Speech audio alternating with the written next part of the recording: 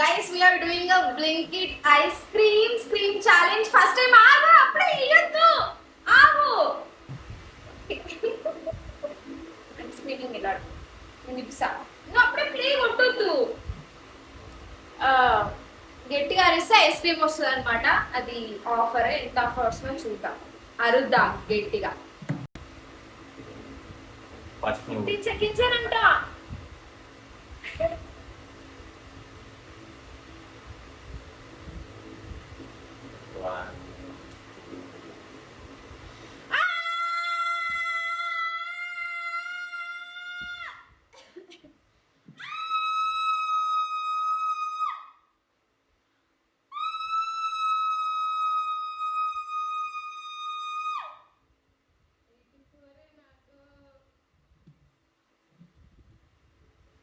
$25% of అంట.